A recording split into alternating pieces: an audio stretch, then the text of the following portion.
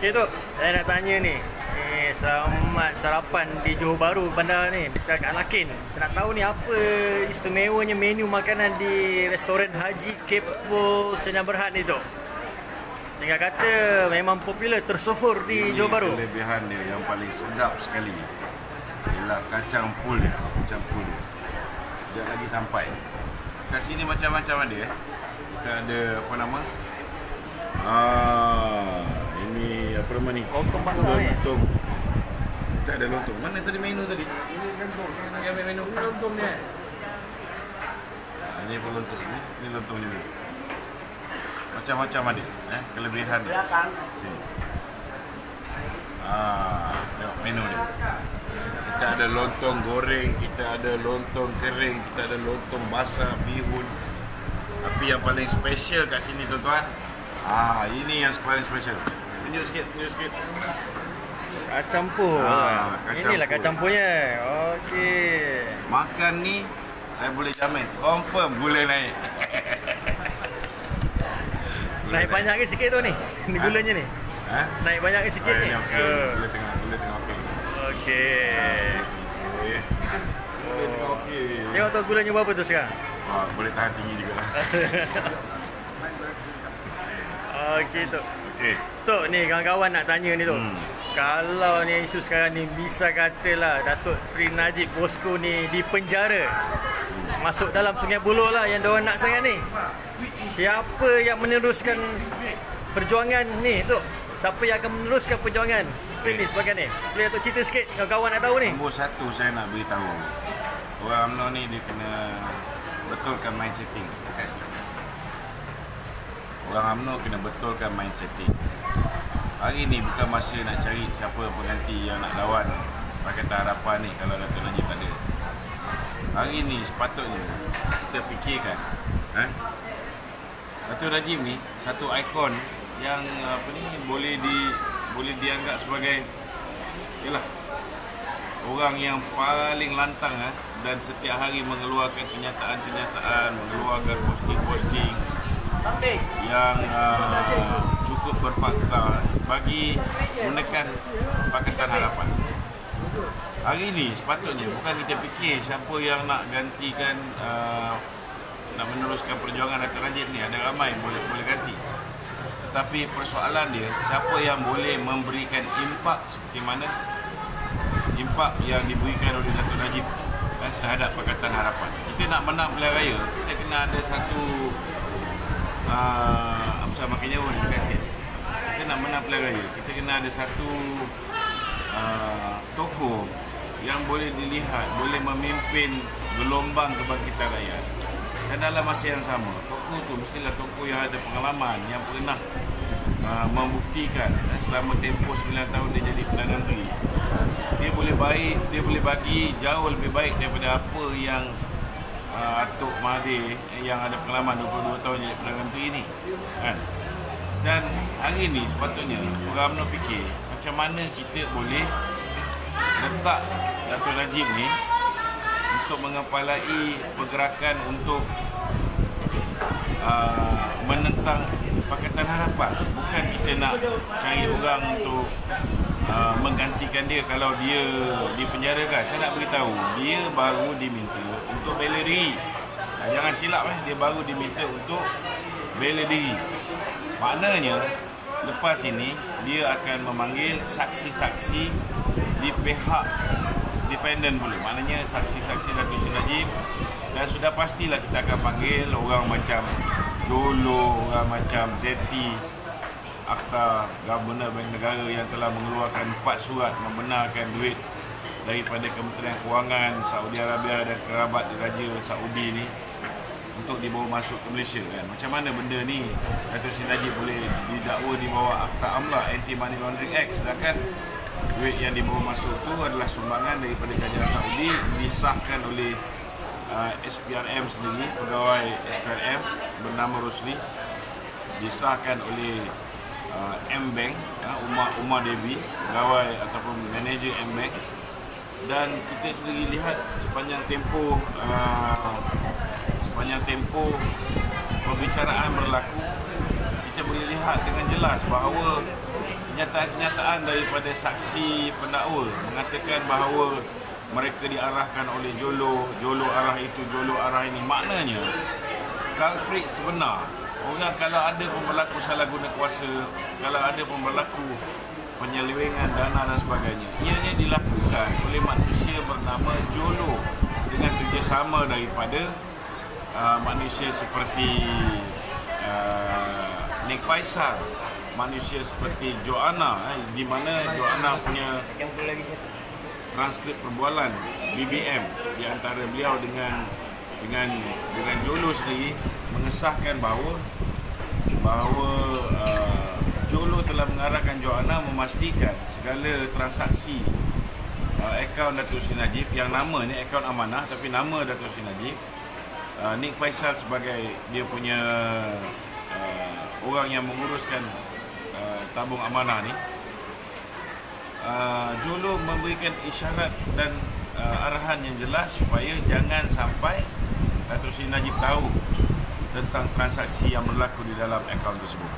Jadi jelas hari ini yang sepatutnya dihadapkan ke muka pengadilan oleh pihak SPRM ialah pertama Jolo, kedua Nick Faisal, dan ketiga sudah pastilah mereka yang terlibat dalam mengeluarkan surat yang mengesahkan bahawa dana itu memang betul daripada kerajaan Arab Saudi, memang betul daripada keluarga diraja, iaitu ZT, Gabungan Bayan Negara.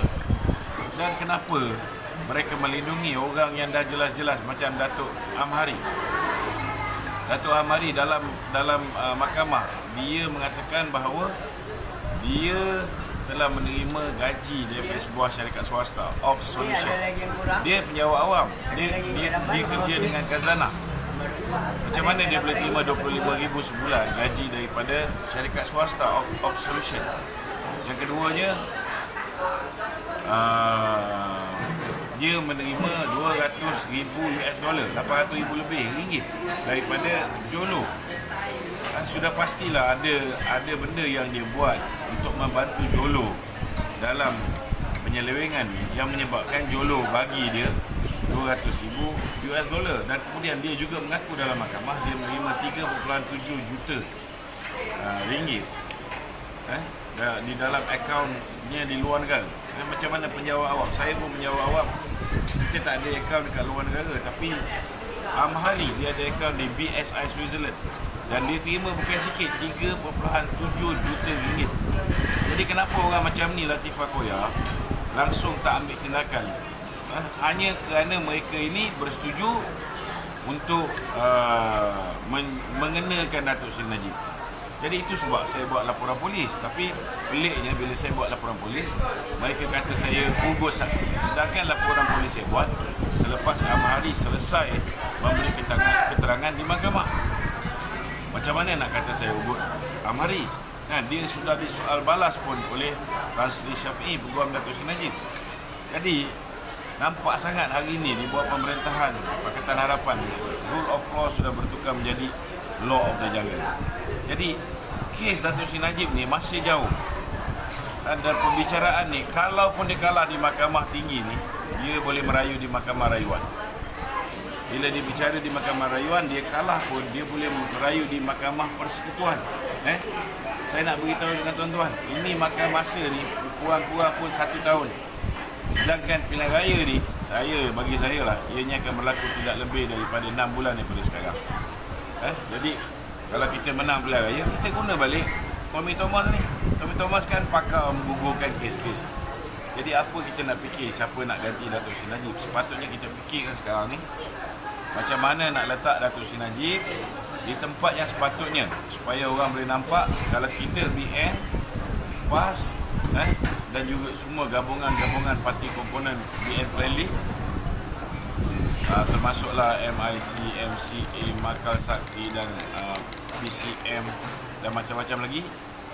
Siapa nak jadi kepala yang boleh dilihat, boleh memimpin negara, boleh menyelesaikan kita keluar daripada kemelut kegawatan ekonomi sekarang.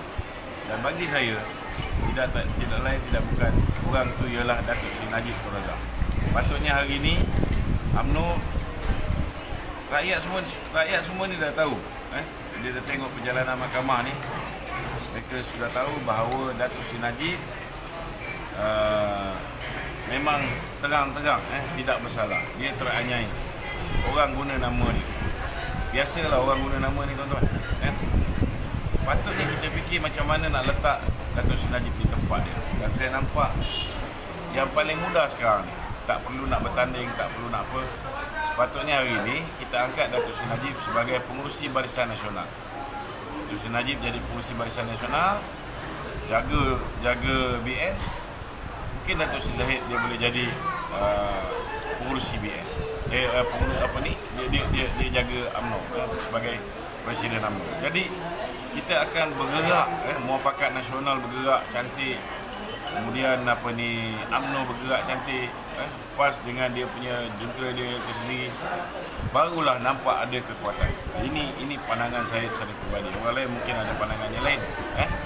Cuma bagi saya tak payah nak fikir, tak payah nak risau kalau Datuk Seri Najib tak ada, siapa yang nak meneruskan perjuangan. Ada ramai, beliau dah latih ramai orang. Tetapi yang paling penting sekali ni, kita tak nak fikir pasal siapa nak ganti dia. Yang kita patut fikir ialah macam mana kita nak angkat dia duduk di tempat yang mana dia boleh kontribut sebagai seorang ketua kepada angkatan untuk melakukan serangan dan memenangkan balik Barisan Nasional. Itu yang penting. Tok, ni nak tanya ni, Tok. Kacang poli dah sejuk. Last soalan. Pesanan untuk pengundi-pengundi Tanjung Piai besok ke? Pesanan pengundi besok. Ni saya baca. Pesanan saya simple. Hari ni kita tolong pastikan hari terakhir kempen. Datuk Seri Najib hari ni akan turun di banyak tempat sampai ke pukul 12 malam. Kita pastikan esok bumi Tanjung Piai ini dapat kita tawan semula. Kerana kalau menang Tanjung Piai, ianya adalah pukulan lipat maut kepada Tun Dr. Mahathir. Sebab apa?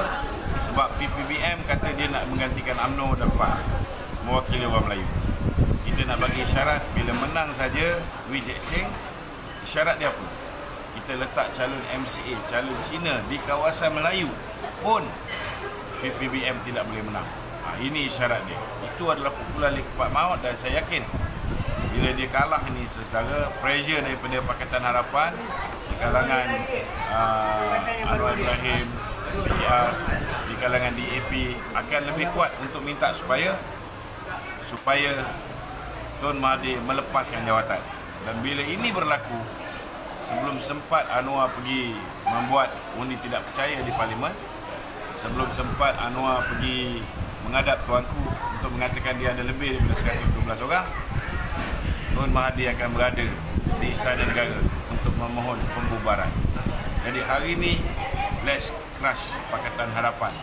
Show no mercy. Okey. Assalamualaikum warahmatullahi wabarakatuh. Jumpa makan.